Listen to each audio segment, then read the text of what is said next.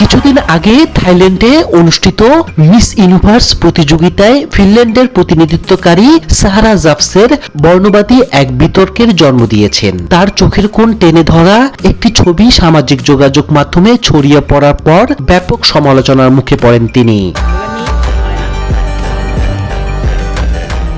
বিতর্কিত সেই ছবির পোস্ট করে ক্যাপশনে তিনি লেখেন, এক চীনার সঙ্গে খাচ্ছি। এই ঘটনার জেরে এরই মধ্যে 22 বছর বয়সী সাহারা মিস ফিনল্যান্ড মুকুট কেড়ে নেওয়া হয়েছে। উল্লেখ্য, চোখ বাঁকা বা সরু করে দেখানো এই ভঙ্গি পূর্ব এশিয়ার প্রতি চরম অবমাননাকর হিসেবে বিবেচিত হয়।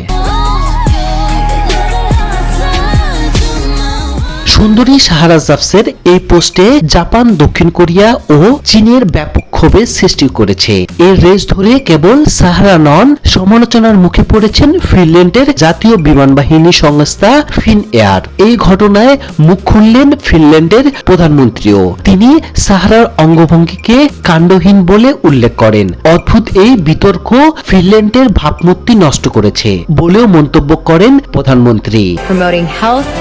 Inclusion and community. সাহারা জাভসের দাবি করেন, রাতে খাওয়ার সময় মাথা ব্যথার কারণে ওই অভিব্যক্তি ছিল। ফিনল্যান্ডের প্রতিবেদন অনুযায়ী সাহারা জানিয়েছেন, গত 11 ডিসেম্বর ওই পোস্ট তার অনুমতি ছাড়াই এক বন্ধু আপত্তিকর ক্যাপশন জুড়িয়ে দেন। এজন্য ক্ষমা চেয়েছেন সাহারা। এটি অনেক মানুষের মনের ক্ষোভের সৃষ্টি করেছে।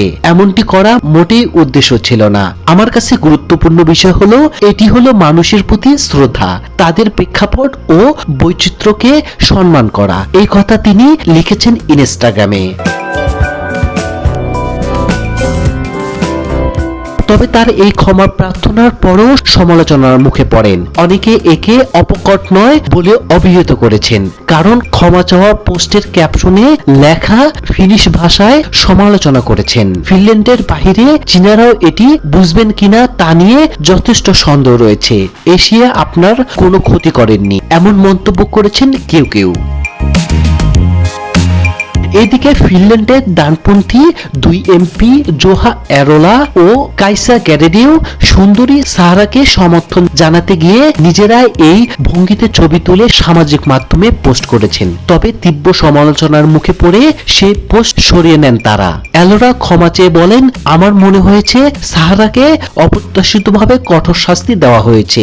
ফিনল্যান্ডের মন্ত্রী অবশ্য 2 এমপির কর্মকাণ্ডর শিশুসুলভ বলে নিন্দা জানিয়েছেন।